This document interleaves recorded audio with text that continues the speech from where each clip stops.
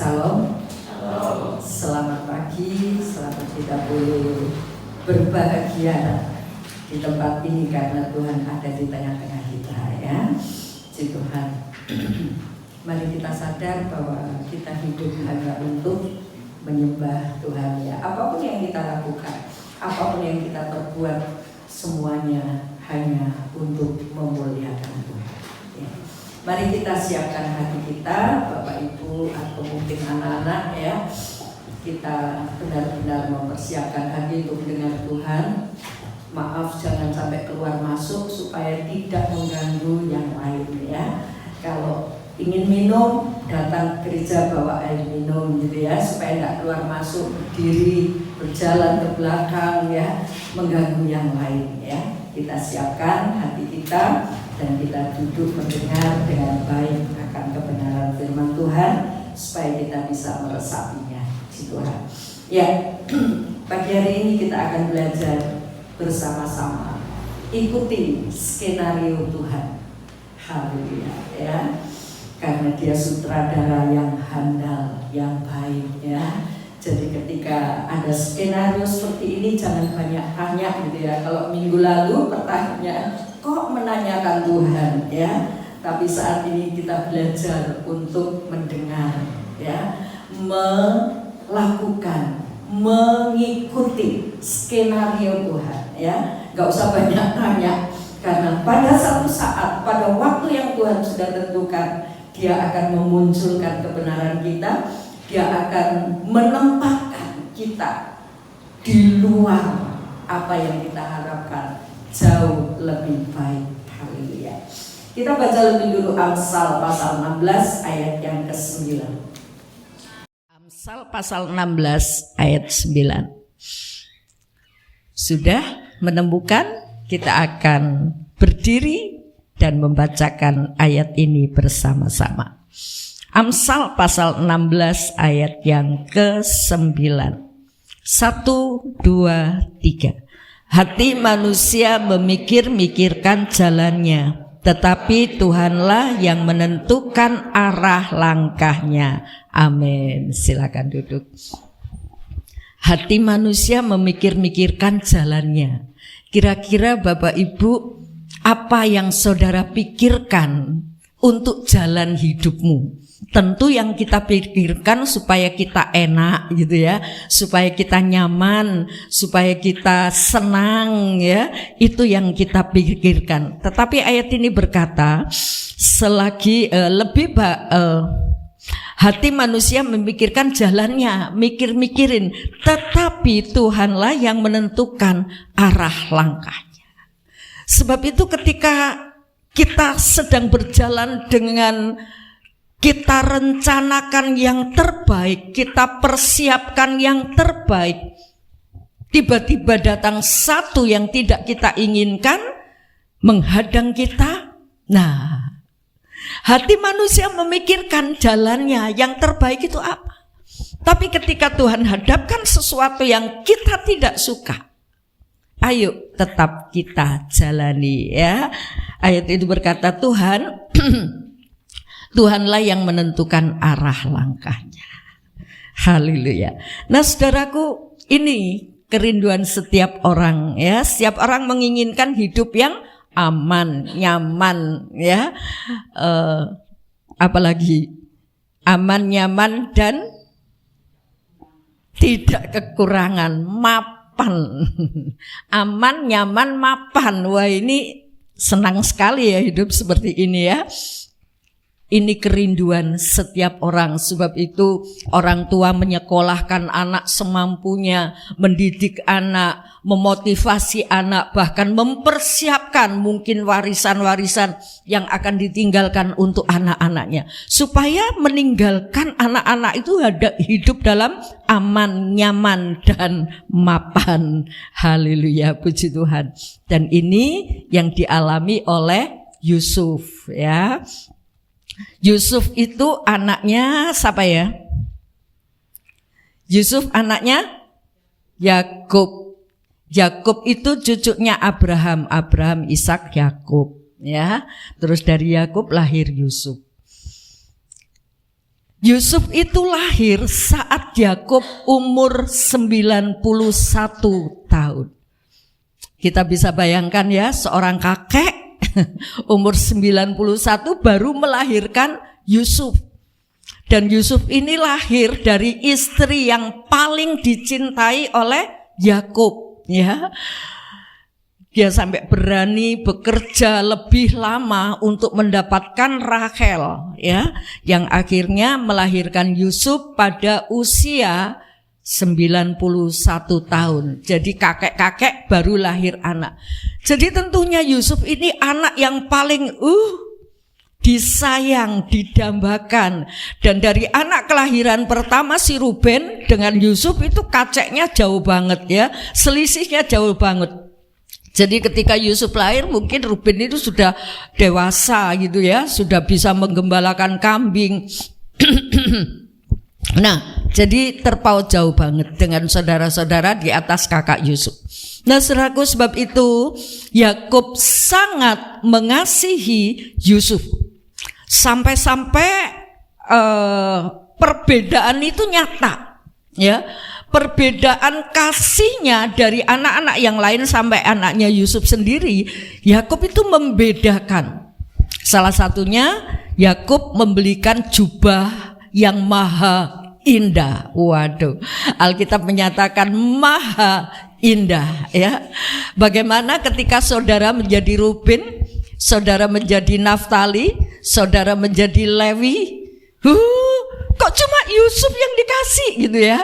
Tentu timbul rasa iri. Tapi ini loh keadaannya Yusuf. Sementara kakak-kakaknya menggembalakan domba, satu saat Yusuf hanya tinggal di rumah. Nah, saudaraku, tapi Tuhan punya rencana bagi Yusuf. Yusuf, aku punya rencana yang baik untuk kamu. Tapi kamu gak bisa tinggal di dalam kenyamanan saja. Ya, sebab itu Tuhan punya skenario untuk membentuk Yusuf, mempersiapkan Yusuf untuk menjadi seorang pemimpin. Tapi ketika seorang pemimpin tidak dibentuk dari awal, karakternya, kondisi keadaan yang harus dihadapi, mungkin harus dibully orang. Oh, jadi pemimpin itu banyak yang bully ya saudaraku, apalagi kalau pemimpin-pemimpin yang korup. Wah, bahkan mungkin seluruh negara ini bisa membuli dia, bisa mengumpat, bisa mengeluarkan kata-kata yang tidak baik. Dan Yusuf dipersiapkan untuk menjadi seorang pemimpin. Gak bisa kamu tinggal di kenyamanan terus. Sebab itu Tuhan punya skenario untuk kehidupan Yusuf, ya, melalui berbagai macam hal yang dihadapi Yusuf, yang Yusuf tidak suka. Kok begini gitu ya. Minggu lalu kita berkata, kok menanyakan Tuhan, kok ini yang aku alami Tuhan, ya. Nah, saudaraku, mari kita lihat skenario Tuhan untuk Yusuf. Yang pertama, kita melihat bahwa Tuhan membuat Yusuf keluar dari kenyamanan. Jadi kalau saudara sedang diizinkan Tuhan untuk keluar dari kenyamanan, gak usah kita banyak tanya, jalani, hadapi. Karena di dalamnya ada skenario Tuhan, ada rancangan Tuhan, ada didikan Tuhan. Haleluya, puji Tuhan. Ya, coba kita baca Kejadian 37 ayat 13. Kejadian pasal 37 ayat 13. Lalu Israel berkata kepada Yusuf, bukankah saudara-saudaramu mengembalakan kambing domba dekat Sikem? Marilah engkau kusuruh kepada mereka. Sahut Yusuf, ya Bapa. Ya. Kita melihat di sini bahwa saudara-saudaranya sedang menggembalakan domba. Tapi Yusuf tinggal di rumah. Haleluya. Ini satu tindakan yang sangat berbeda. Sementara kakak-kakaknya menggembalakan domba, Yusufnya tinggal di rumah. Ayat itu berkata, ya, dan ketika mungkin sudah berhari-hari gak pulang, Yakub mikir ini anak-anakku mungkin butuh makanan. Nah sekarang Yusuf lah yang disuruh oleh bapaknya. Yusuf dikatakan, bukankah saudara-saudaramu menggembalakan kambing domba dekat Sikem? Marilah engkau kusuruh kepada mereka. Terus Yusuf bilang apa? Ya Bapak. Dari sini kita bisa melihat ternyata Yusuf itu penurut juga ya. Disuruh datang untuk menengok kakak-kakaknya. Apakah Yusuf nggak tahu kalau kakak-kakaknya itu sedang benci dengan dia? Tentu kehidupan sehari-hari Yusuf bisa merasakan itu. Ketika Yusuf menceritakan mimpinya, saudara-saudaranya marah. Apa nanti aku harus menyembah kamu ya? Ketika melihat bulan dan matahari sujud dan bahkan 11 bintang turun di depannya Yusuf. Mimpi itu, saudara-saudaranya marah. Masa kami bapak-bapakmu, ibumu, orang tuamu mau menyembah kamu? Enggak ya. Dan mereka membenci Yusuf karena mungkin dia cerita mimpi-mimpinya ini ya. Dan itu visi yang Tuhan taruh dalam kehidupan Yusuf. Dan ketika Tuhan punya visi, punya rencana buat Yusuf ke depannya, Tuhan tidak pernah lupa. Dan Tuhan perlu mempersiapkan Yusuf ya. Dan ternyata Yusuf ini ada tinggal dengan bapaknya sementara kakak-kakaknya menggembalakan domba. Dan Yakub memerintahkan, kamu pergi tengok kakak-kakakmu, mungkin kirim juga makanan ya. Nah Yusuf mau. Walaupun dia bayangkan, aduh saudara-saudaraku ini benci sama aku. Kalau aku gak dekat bapakku gak ada yang bela aku gitu ya. Tapi Yusuf mau ya. Sampai dicari di satu tempat gak ketemu, dicari tanya-tanya sampai ketemu. Dan setelah ketemu apa yang terjadi? Coba silakan ayat 23 sampai 27. Ayat 23 sampai 27. Baru saja Yusuf sampai kepada saudara-saudaranya, mereka pun menanggalkan jubah Yusuf, jubah maha indah yang dipakainya itu. Dan mereka membawa dia dan melemparkan dia ke dalam sumur. Sumur itu kosong, tidak berair. Kemudian duduklah mereka untuk makan. Ketika mereka mengangkat muka, kelihatanlah kepada mereka suatu kafilah orang Ismail datang dari Gilead dengan untanya yang membawa damar, balsam, dan damar ladan dalam perjalanannya mengangkut barang-barang itu ke Mesir. Lalu kata Yehuda kepada saudara-saudaranya itu, apakah untungnya kalau kita membunuh adik kita itu dan menyembunyikan darahnya? Marilah kita jual dia kepada orang Ismail ini. Tetapi janganlah kita apa-apakan dia, karena ia saudara kita, darah daging kita. Dan saudara-saudaranya mendengarkan perkataannya itu. Ya, amin. Nah, saudaraku, kita melihat di situ begitu Yusuf sampai ketemu kepada saudara-saudaranya, apa sambutannya? Wah, Yusuf datang ini. Wah, ini bawa makanan. Makasih Yusuf. Enggak juga, ya. Bahkan ketika Yusuf ya gitu ya, sudah tahu saudara-saudaranya enggak suka, dia pergi nemui kakaknya, kok pakai jubah yang maha indah tadi gitu ya. Seolah-olah pamer, wah itu membuat saudara-saudaranya mungkin makin benci gitu ya. Dia datang menemui kakak-kakaknya, langsung kakak-kakaknya menyergap dia, melepaskan jubahnya, memasukkan di dalam sumur. Ketika hal itu terjadi, Yusuf makin bertanya-tanya, salahku apa mas? Salahku apa Kang? Kok saya dibeginikan? Kok saya dibully? Kok saya disiksa? Dimasukkan dalam sumur? Ya kan? Bisa jadi loh Yusuf bisa bertanya-tanya itu di dalam hatinya. Di mana Tuhan? Saat hal itu terjadi dalam kehidupan Yusuf, Tuhan diam. Bagi Yusuf mungkin dia merasa, Tuhan kok engkau diam? Ini loh saudara-saudaraku benci, bahkan saya dimasukkan sumur sendirian. Bagaimana Tuhan? Ya kan? Bisa jadi itu pertanyaan ada di dalam hati Yusuf. Tetapi Tuhan mau Yusuf keluar dari kenyamanan hidup. Karena Tuhan punya rencana untuk mendidik Yusuf, ya. Nah, saat Yusuf bertemu dengan saudara-saudaranya, ini kira-kira umur 17 tahun.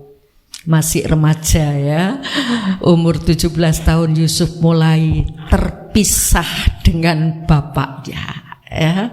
Bapaknya tentu sudah umur berapa itu? 91 tambah 17, ya. 100 lebih, ya. Nah, saudaraku, Yusuf keluar dari kenyamanan, dia lepas dari pantauan bapaknya, dari pendampingan bapaknya, dari perlindungan bapaknya. Tentu kalau dia di rumah, saudara-saudaranya nggak berani, ya, nggak berani mengapa-apakan Yusuf. Tapi sekarang dia sendiri. Lah, ini kesempatan bagi saudara-saudaranya. Dia ditangkap, dimasukkan dalam sumur. Nah, saudaraku, dia sudah keluar dari bapak yang melindunginya. Dia tinggal ketemu dengan saudara-saudara yang membenci. Ini skenario Tuhan, ya. Tuhan izinkan Yusuf untuk menghadapi kebencian, kemarahan saudara-saudaranya. Ya. Skenario Tuhan mengeluarkan Yusuf dari hidup yang nyaman. Saudaraku, jangan kejar hidup kenyamanan saja, tapi kejarlah rencana Allah. Kalau Allah sedang membawa kita dalam hidup ketidaknyamanan, mari kita katakan, kuatkan saya, pegang tangan saya, topang saya. Haleluya, ya. Karena dari situ Tuhan akan terus menuntun, melewati kesesakan demi kesesakan.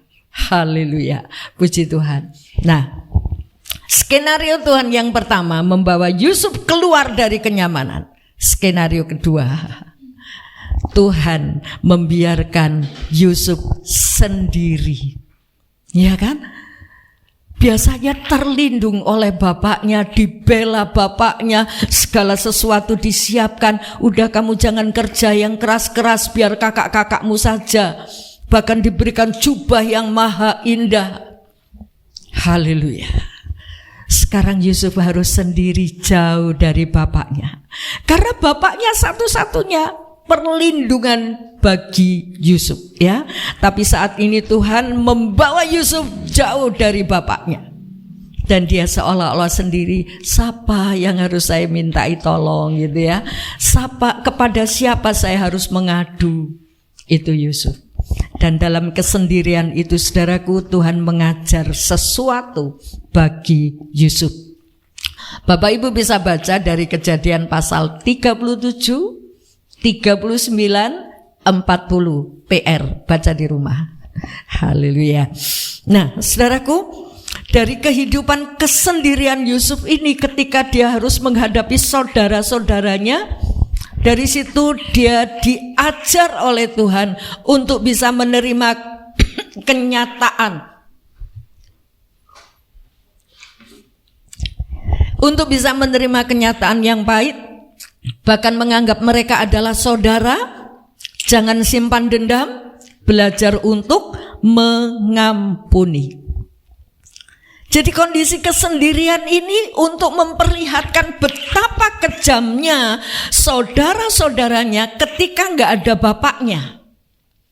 Dan ketika dia merasakan hal itu, Yusuf diajar untuk bisa mengampuni. Jadi ini didikan Tuhan, ya.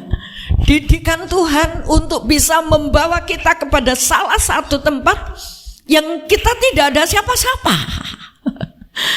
Tapi pastinya ada Tuhan yang sedang menuntun mereka ada masuk di dalam kesesakan itu. Jadi, saudaraku, dari sini Tuhan mendidik Yusuf untuk bisa mengampuni. Sebab itu Bapak Ibu yang dikasihi Tuhan, ketika mungkin tidak ada kesalahan menurut diri kita, nggak ada sesuatu yang salah untuk saya lakukan, tapi kenapa orang membenci saya? Kenapa orang iri kepada saya? Kenapa?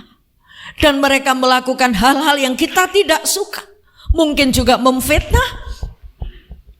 Saat itu Tuhan ingin mengajar saudara dan saya untuk bisa mengampuni. Haleluya, ya.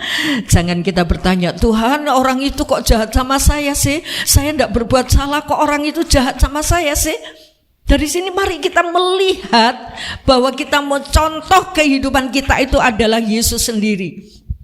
Kalau Tuhan mau mengampuni orang yang menyalibkan Dia, mari kita juga belajar. Tuhan, aku juga mau mengampuni mereka. Mengampuni itu susah, saudaraku. Kalau melihat orang yang kita benci, ketemu di depan, rasanya aku bikin menyimpang. Tapi mari kita buang hati yang semacam itu, ya. Hati yang semacam itu kita buang. Kita, Tuhan, berikan, limpahi aku dengan kasih-Mu. Haleluya. Dan selanjutnya, saudaraku, ketika Yusuf sunyi, sepi sendiri, Yusuf harus merenung. Aku harus mengampuni mereka, ya. Puji Tuhan. Nah, yang kedua, ketika Yusuf sendirian, sunyi sendiri, ya, dan orang saudara-saudaranya setelah masukkan ke dalam sumur, diangkat lagi, dijual jadi budak. Nah, ketika dijual jadi budak, Yusuf yang tadinya anak kesayangan, ya. Yusuf yang tadinya anak yang dieman-eman gitu, ya. Tapi sekarang harus jadi budak. Apa maksudnya Tuhan? Supaya Yusuf bisa belajar merendahkan diri. Bukan hanya untuk disayang, dieman, ya. Dijauhkan dari segala kesengsaraan karena Yakub ingin melindungi ini anak. Ibunya sudah meninggal, tinggal anakku Yusuf ini. Nah, dia sayang, melimpahkan kasih sayangnya itu full kepada Yusuf.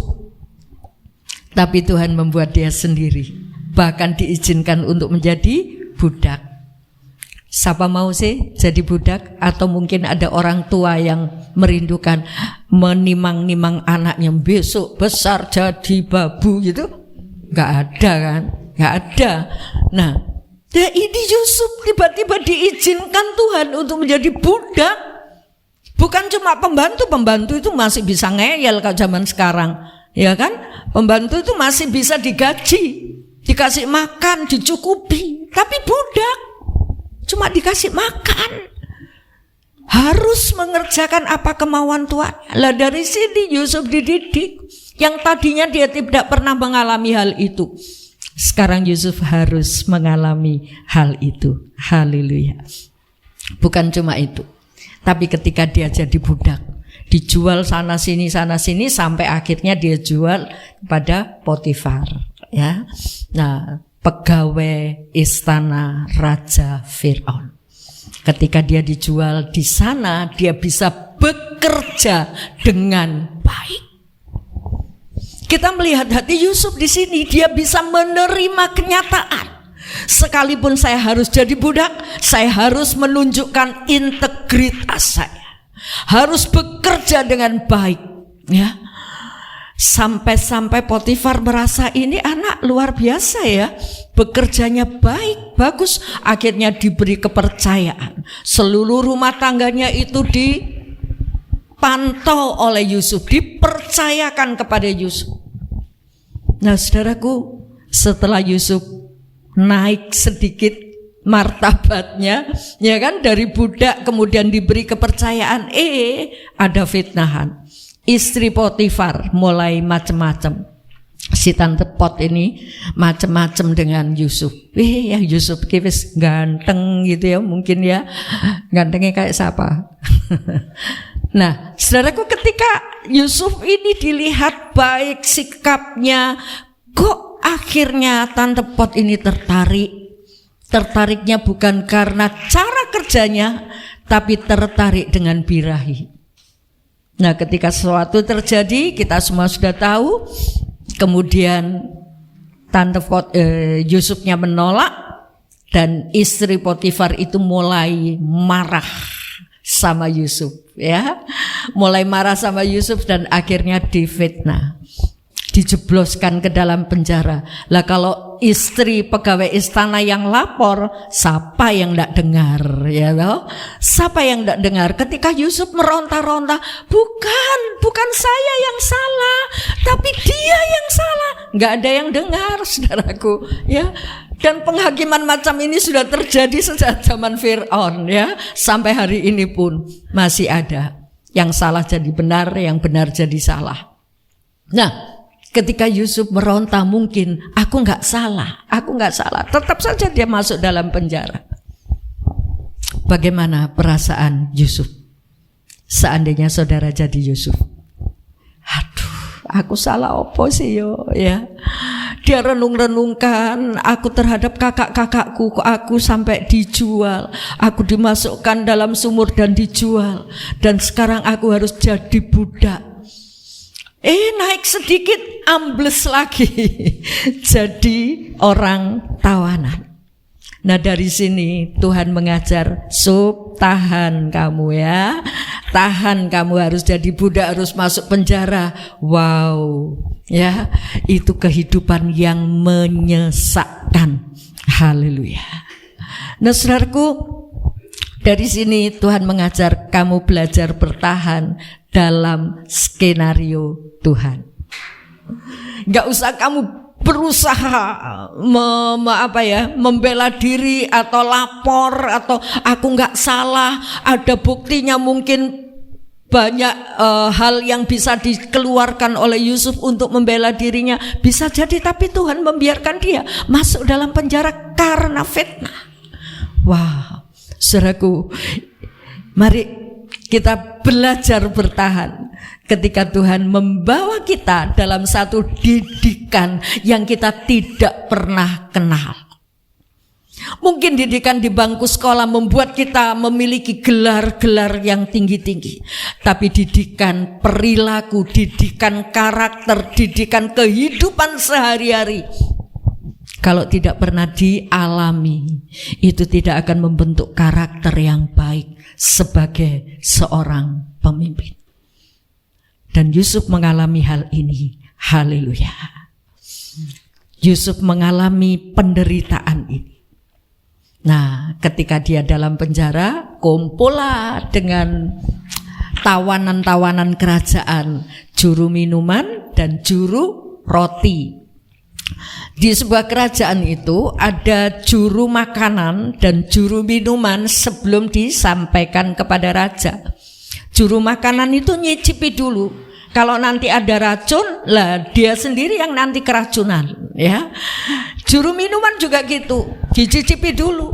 Kalau dia sudah nyicipin, tidak ada apa-apa, aman, ya boleh dikasihkan raja. Nah, suatu saat mungkin ada kasus rencana pembunuhan, bisa jadi melewati makanan, ya. Akhirnya 2 orang, juru makanan dan juru minuman ini di penjara, kumpul sama Yusuf.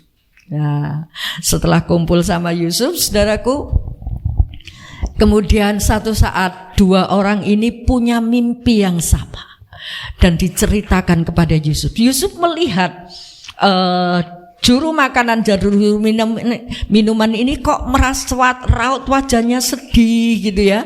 Lah Yusuf bertanya, "Kang, kenapa sih Kang? Ya, kok wajahmu begitu menyedihkan?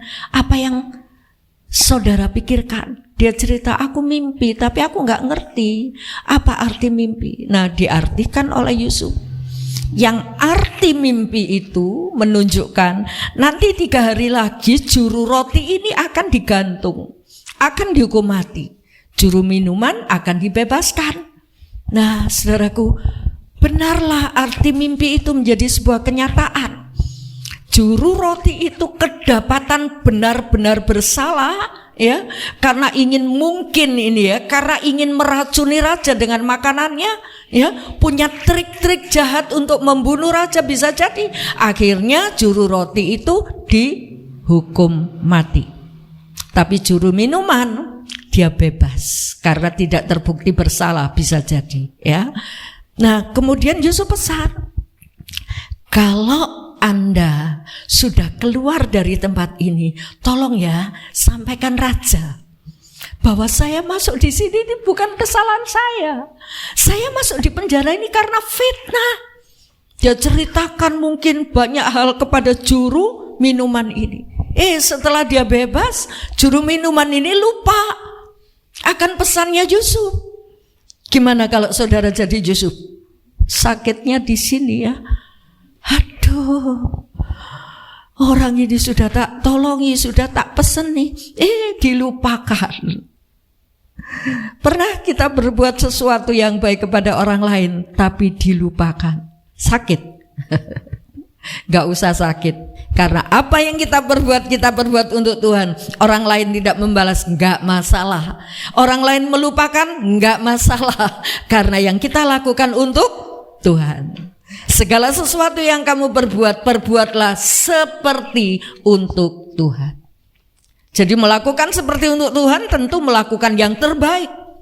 Dan melakukan untuk Tuhan ketika orang tidak berterima kasih, gak usah dimasukkan hati. Ketika orang melupakan, gak usah dimasukkan hati.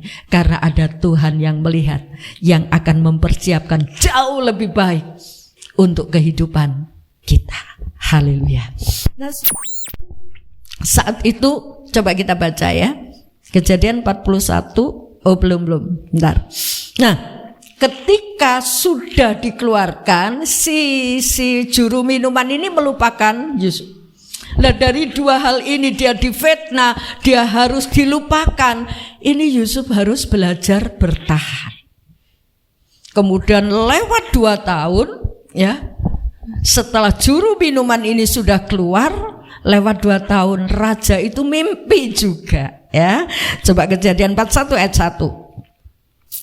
Kejadian 41 ayat 1. Kejadian pasal 41 ayat 1. Setelah lewat 2 tahun lamanya, bermimpilah Firaun bahwa ia berdiri di tepi sungai. Ya, setelah lewat 2 tahun dari keluarnya juru minuman ini, ternyata raja pun bermimpi juga.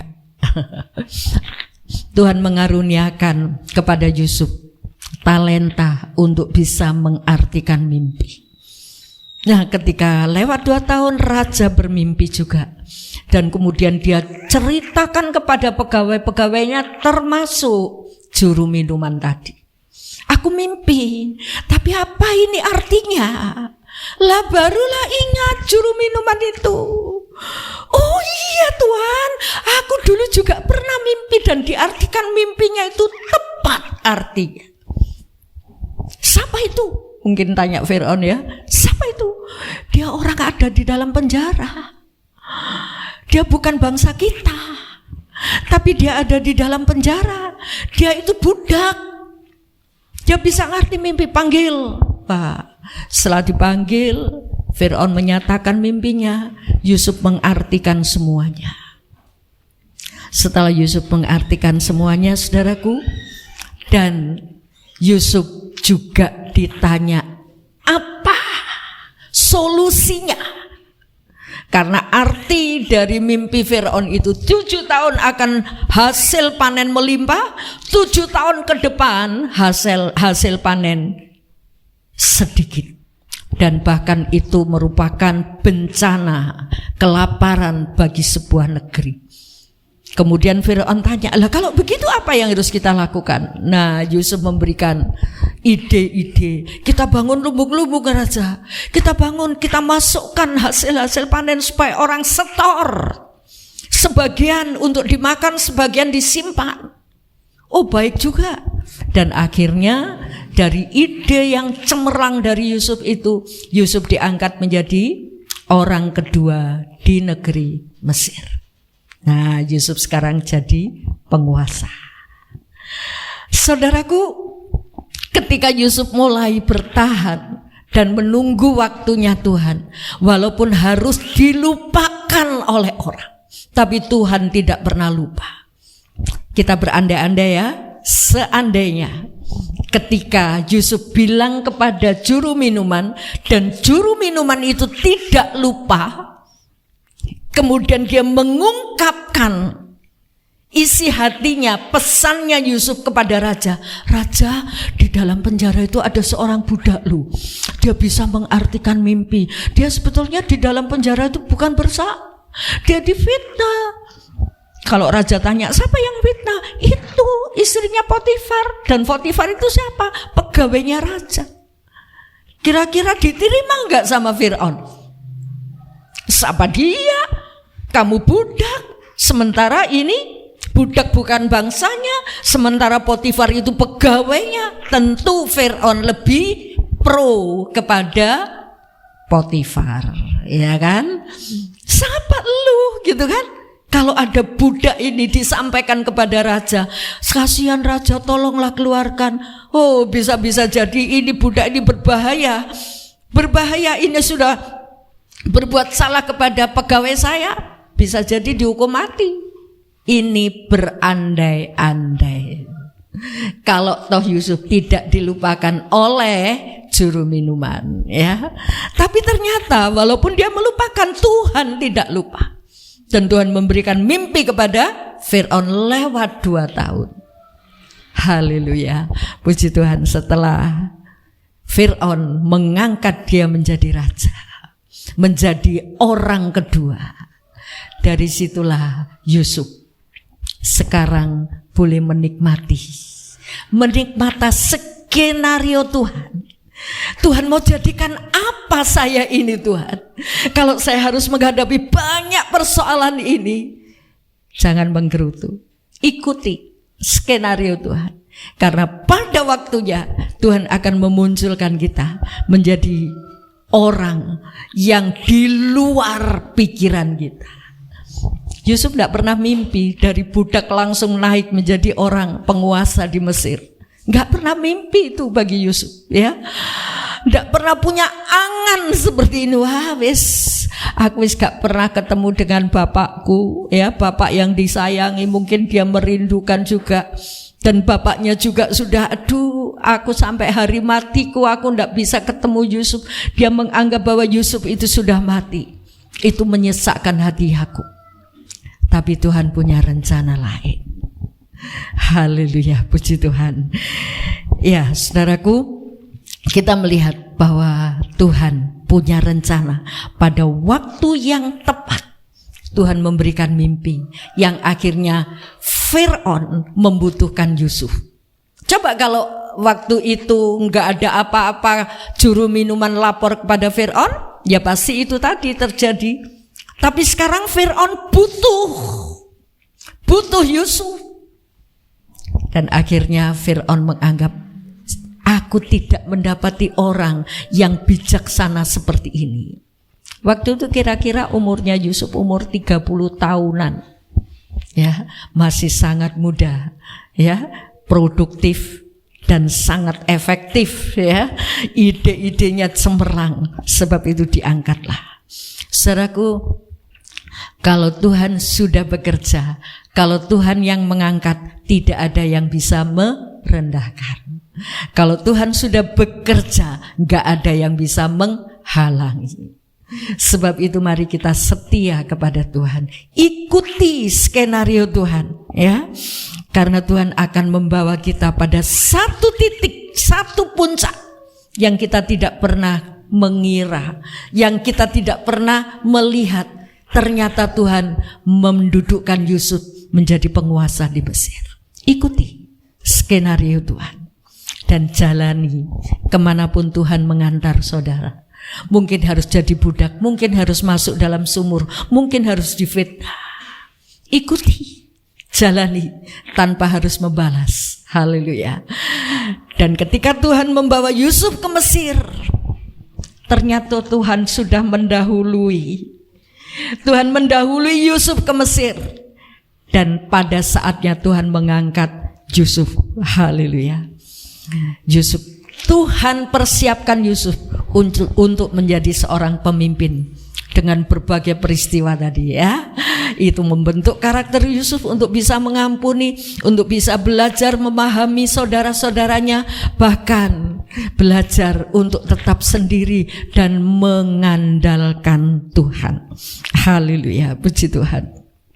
Mari Kita mau melewati kesesakan demi kesesakan yang Tuhan izinkan. Karena melewati kesesakan itu, Tuhan akan membawa kita pada satu hal yang kita tidak pernah pikirkan, dan itu membuat kita lega. Kalau saat ini Bapak Ibu sedang mengalami kesesakan dan tidak tahu jalan keluar, tidak tahu siapa yang harus dimintai tolong, mungkin kita ambil jalan keluar sendiri, minta tolong juru minuman, tapi itu pun kosong. Kalau hal itu terjadi dalam kehidupan saudara, kehidupan saya, ingat, Tuhan punya skenario. Satu saat Tuhan akan mengangkat kita. Haleluya. Tuhan mendudukkan kita. Oh ini toh jebule maksudnya Tuhan, gitu ya. Oh ini toh Tuhan membawa saya ke Mesir. Ternyata Tuhan mau membuat saya menjadi orang kedua di negeri Mesir. Luar biasa, yang tidak pernah dipikirkan oleh Tuhan. Kemana Tuhan membawa saudara? Mungkin melewati lembah-lembah kelam. Jangan berontak, ya. Ikuti skenario Tuhan, karena di dalamnya Tuhan akan membentuk saudara, membentuk saya menjadi sesuatu yang kita tidak pernah pikirkan. Haleluya, puji nama Tuhan. Kesesakan demi kesesakan, kita merindukan jalan keluar. Dan kalau sudah saatnya Tuhan membuka jalan, memberikan kelegaan, memberikan kesegaran. Saat kita dalam kesesakan seolah-olah kita ingin keluar, ya. Kita mengharapkan Tuhan, aku tidak mampu, aku tidak kuat. Tapi Tuhan bilang belum saatnya. Aku yang menguatkan kamu, aku yang memegang tanganmu, aku yang memampukan kamu. Haleluya. Dan saatnya Tuhan memberi kesegaran. Sebab itu rindukan terus hadirat Tuhan, sekalipun engkau sedang dalam kesesakan. Karena dalam kesesakan itu pun ketika Tuhan hadir, jiwa kita dikuatkan, kita mendapat kesegaran, dan kita mampu melewati kesesakan demi kesesakan itu. Mari kita berdiri bersama-sama.